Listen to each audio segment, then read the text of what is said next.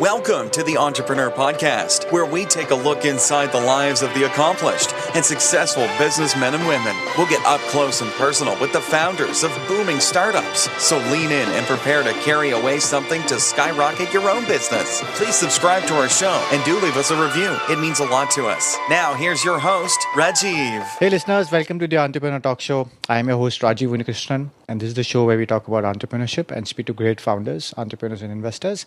Today, I have with us Sudanshu Tiwari, founder of Rewardz.sg. Welcome, Sudhanshu. Calling me in. All right.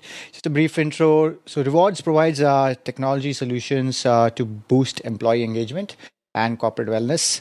And it has been at the forefront of digitisation of HR services in Singapore with their products Emperks and Flabuless.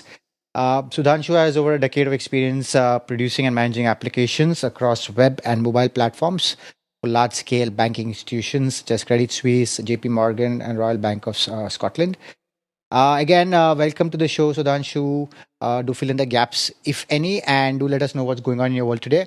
Rewardz has a very exciting last year. We started our journey 3 years back, but last year has been particularly exciting because we managed to expand our product suite. We have 3 products which we offer to our clients now, and we set up our offices in Dubai and Malaysia. Malaysia is still in its very early stages, but Dubai has really shaped up very well by now. Great. And as we announced last week, we have partnered with Benefit One, which is a $1 billion company in the similar space as Fringe Benefits in Japan. They have around 8 million users in Japan, and they have come on board as one of our strategic investors. So they plan to invest in us all the way, support all our expansion plans across Asia Pac region outside Japan. So lot has happened this year. It's one of we are very happy how we are ending 2016. Great. So before I get into product business, first, any passions outside of work? I think as startup founders, your company tends to eat up all your life. But for me, I think apart from work, I try to spend as much time with my little one. I have a 3-year-old daughter, so great. I think that's what my weekends are all about. Because So coming to the product, so what inspired the idea for Rewardz? The idea for Rewardz, actually, the problem came from my co-founder, Nicole, who's my co-founder as well as my better half. Okay. So when both of us were in banking, then she was doing a lot of HR-related work. She was in the recruitment, and then she was into the employee engagement space, exactly the kind of, exactly where Rewardz dabbles in. So that's where she was finding it, that the whole employee engagement, corporate wellness, very manually managed. There is room for technology innovation in that space. Companies are putting a lot of manpower in these areas with lack of products. So I think she proposed from what she was doing on day-to-day basis that that we can improve. And I, coming from the technology background, I thought, okay, well, let's put our heads together, and you lay down the problem statement, and I'll build it. And that's how Rewardz started. And she quit her job in Credit to run the company full time first, when I was in my evenings building the products with a bunch of developers, till it reached a stage that both of us quit. I also quit and joined her. Great. So what would the vision be for the company? Vision for our company is currently we are quite deep into employee engagement, corporate wellness. So this is the area where we there are not many players who provide the kind of products which we are giving to the HR, especially to medium to large sized organizations. So we'll continue to build our expertise in this space, continue to launch more products, and Southeast Asia is going to be a Southeast Asia as well as Middle East. These are the two areas where we'll continue to focus on. And we'd like to be the market leader in this space of employee benefits and corporate wellness. So that's our vision for next 5 years. Great. So moving on to the three products you'll have. So I think, if I'm not mistaken, you have Emperks, which is for employees to see their benefits. Then you have Flabulous, which is a online corporate fitness, and the customized portal, correct? Yeah. So how does each one work? I mean, can you please elaborate a little on each? Exactly. Yeah. So in fact, we have just launched our third product, as well, which we called Serra, and surprised that it's still in beta stage, and we are launching with DBS. So DBS is one of our first client for this product. DBS and another company called Career, and in UAE it's Unilever. So we have now three products. I think you'll hear more about it next year. We'll make it more public in our website and market it more aggressively in the markets where we operate. But so let me just start. So we started with Emperks.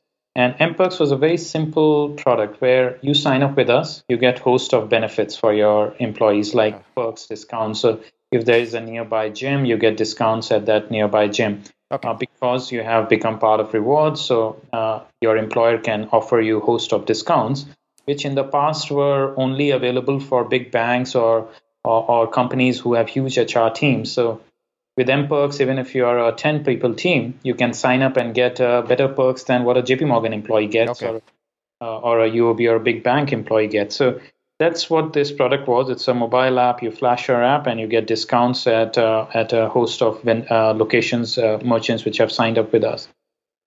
This was our entry into this employee benefits and employee engagement space. And as we got to know our clients more, we realized there's a lot more we can do in this space. So next area, especially in Singapore, ended up being corporate wellness for us, where we were seeing the same. Our clients were very concerned about the health and wellness of their employees. Like they were spending a lot of corporate wellness dollars on a budget on doing health screening, organizing manual challenges, lose weight challenges, get fit challenges, and to manage all of that and seeing how it will actually return on investment on all the time and dollars they have spent. They didn't have any tool to manage everything. So our next product, Flabulous, was this one mobile app and platform where it can track all sorts of fitness activities. It can track all sorts of events which companies are organizing. It can track results of your health screening. And putting all that together, companies can see actually what works for them, and they can invest more corporate wellness dollars in the events and activities which actually work for them.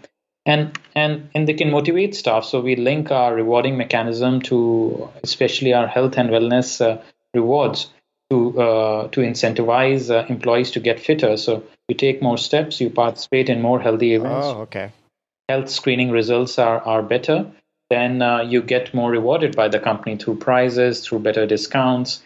So you'll be motivated to be healthy year-on-year basis. So that was our second product.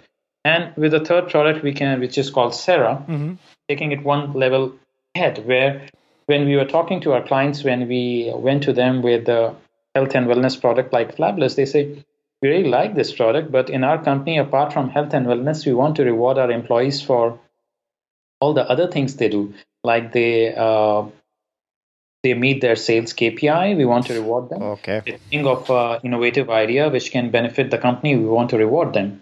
So we build up this product, which is a very flexible rewarding platform, which can fit into your company's rewarding strategy. So like our first three clients, they are completely diverse. So we have rolled out this product in an air conditioning company where they are rewarding their staff for fitting air conditions on time and without. And the other is for DBS, where they are rewarding their employees for doing their KYC checks, their operational checks. So, and in Unilever, where they are rewarding their clients for doing marketing campaigns, building a big, great marketing campaign. That's what they will get rewarded for. So, completely different use of the same product, and that's how it has been built. This is a total rewarding platform which can align itself with the company's strategy. These are the three products we have. As you were asking about my company's vision, we'll continue to keep adding more and more products as we identify more needs in the market. So mental wellness is something which we are very excited about in the future. And Emperks and Flabulous, I presume, would be white label towards the company, or it's your own branding? Yeah, so we do both. So if it's a company is small, we'll usually use our own brand, our own default app. But if like for some of the bigger companies, they really want to have their own white labeling. We provide that option to them. All right, got it. So your growth, I mean, your clients, you've got pretty big names. Was it tough getting the first client for Emperks, or you all had your current network which helped out? No, obviously, it definitely is for any company getting that first client on board, getting that first vendor on board. Few vendor on board is a big challenge. Correct. I mean, and like with a lot of startups, it's a very chicken and egg situation. You cannot build a great product with a lot of vendors if you don't have clients. In our case, especially, we needed to have good vendors on board, but they will ask who is using your product. Correct. So first 6 months was almost like a challenge like that, and I remember in 2013 when we started, and by mid of 2013 we were ready to back up. It's not happening. We cannot. Okay. In a next situation, and then somehow we got NUHS, which was our first client. We somehow managed to convince them to use it, and they already had their vendors, a lot of partners they had, and they were just struggling to manage them, and they were struggling to provide a platform to manage all of it. So we came up with a technology which helped them. In return, they provided us a lot of vendors. They gave us 7,000 user base, and that got the ball rolling. Okay. So your revenue is like a per user subscription, or is it company wise? So mostly it is per user subscription, but on top of it, for all the white labeling, and now with the points, people buy points from us. We charge commission on that. So there are a few revenue streams. We charge revenue for vendors for coming for our events, as well as for selling their merchandise to our products. So most of the revenue still is from subscription, but our significant revenue stream is now building with our new products which sell points to the customers, as well as from the vendors. Buy. And how has the growth been beyond expectations? Growth has been, I think, since, as I said, after the first year, once we got past the chicken and egg situation, we have seen almost 300 to 400% growth per year.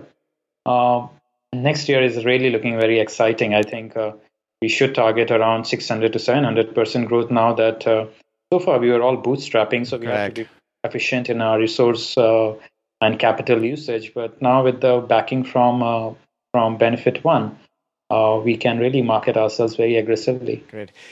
So coming to the investment, so we all have got the investment from Benefit One. Primary use is going to be marketing and expansion? Pretty much, yeah. I mean, the product we already have quite mature. So it's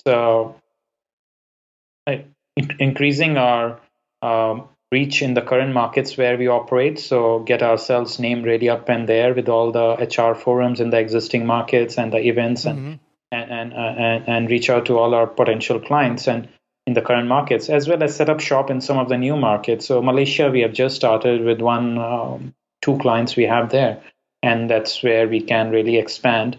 As well as there are 3 or 4 other markets which we are in discussion with Benefit One, which we should be targeting in Asia. Okay. So moving on, I mean, the ecosystem for starting up in Singapore is, excellent. But did you all face any challenges in starting up? Yeah, I think you're right. The ecosystem is great, especially for seed and angel level investment. I think it's perfect. Government has provided so much support. We wouldn't have lasted so far if we wouldn't have got the government grants at the right stage. Like we got iJam grant from government, which was great. It helped us when we really didn't have any product or much clients. So it survived us through those difficult 6 months when we were trying to find the right clients and the merchants. So that helped. And then after that, once you go past that seed stage through grants, the angel investor pool is also pretty good. So through our network, and as well as the network connected by our incubator, it was easy to raise angel investment. So we reached that stage. I think the difficult area in Singapore ends up being raising big Series A and Series rounds, because at that stage, if as a company you have not scaled up, then you don't attract VC funding, or you are not in the right market, or right. Like for us, we are not in the e-commerce or the fintech, which are a hot favorite of the. And you're not in a market like India where you cannot scale so much. Yeah, you cannot scale. So that you have to prove yourself very quickly that you can take the product from here and launch in Southeast Asia, and that's the strategy we use. So, I mean, you have been through many various corporate jobs. So, when did you know that that was it and you were meant to get into entrepreneurship? A good question. I think at some stage I looked at my boss's boss and I realized that I don't want that job.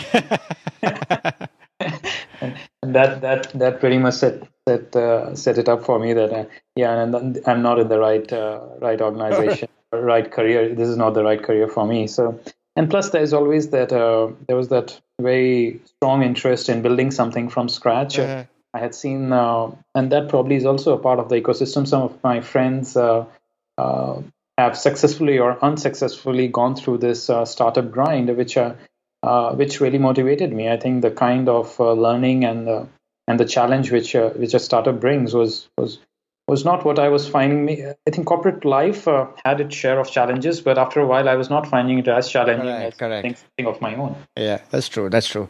So over time, who has inspired you over time? Over time, who has inspired me? Some of my friends, I was saying. So, my close friend and buddy from my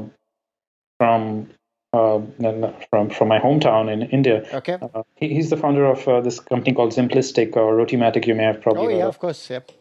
So Rishi is one of my classmates, and when I was mentioning earlier that this was his second startup, so I saw what it takes. So he was one of the inspirations for me that this can be done. Like when you see somebody as close and they can turn it around, you feel the inspiration there. Yes, of course. And other than that, I think it's also there are some leadership. Like even when I was in a bank, there were some leaders which I found was very inspirational in the way they organize and the way they manage 500, 1,000 people organization. So trying to do that from bottoms up was another inspiration to be a leader for a small startup and growing it to a larger stage is something which inspired me personally that I should, if I can be a leader like that, then yeah, it will something will motivate me day in, day out. Great. And what would you say some of the best advice you've received over time?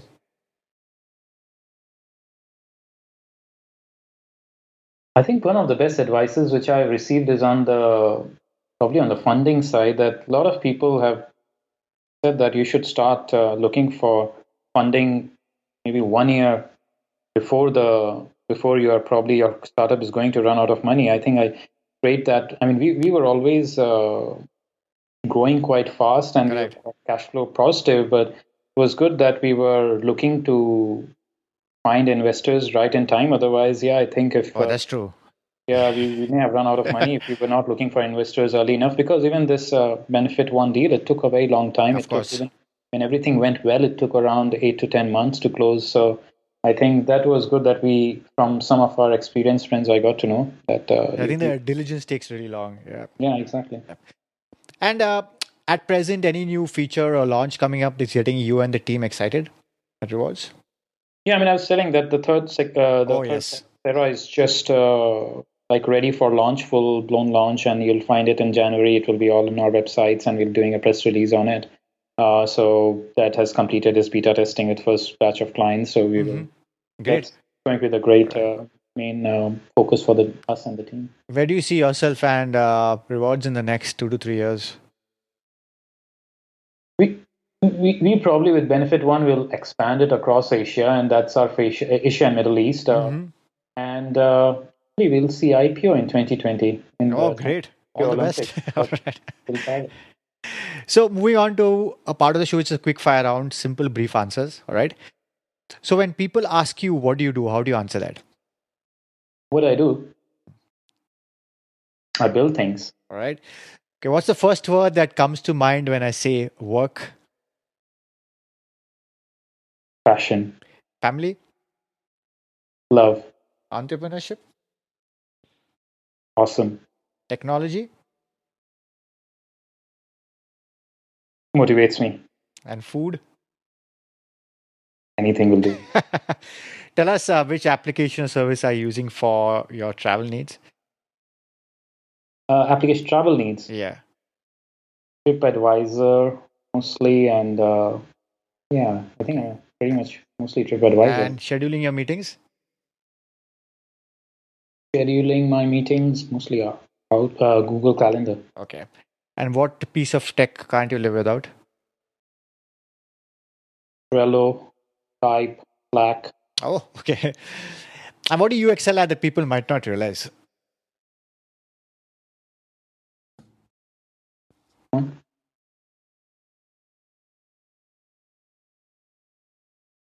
But I'm a funny person. Okay. All right. And your favorite city globally? My favorite city. Yes. Is that what you asked? Yes, favorite city. That's right. But London, for some personal reasons, Amsterdam. Oh, great. Great. Bruges. Okay, maybe of these three, I'll rate Bruges. Okay. And finally, one last thought or piece of advice that you want to give our listeners.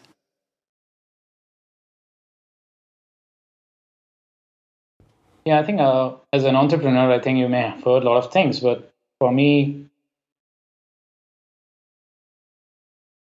I think if something is very obvious to you, then just go for it. Like I think I was saying earlier that if you don't like your boss's boss, quit your job. All right. And please let our listeners know how they can reach you and also Rewardz. Sorry, I lost you there. I couldn't hear you. Please let our listeners know how they can reach you and also Rewardz. Yeah, you can reach me at Sudhanshu at Rewardz.sg. Feel free to drop me a message. All right. Again, Sudhanshu, thanks for taking the time to talk to us and inspiring our listeners to start their own ventures, and all the very best at building Rewardz. Thank you, Rajiv. Thanks for your time. All right. Do visit Rewardz with a Z.sg and visit us at theasianentrepreneur.com to get the show notes, and please subscribe to our show on all the platforms and leave a review on your thoughts about the show. Thank you. Thank you for listening, and please subscribe to the show so you don't miss an episode. In the meantime, head over to theasianentrepreneur.com and check out show notes and other information to motivate you in your entrepreneurial endeavors.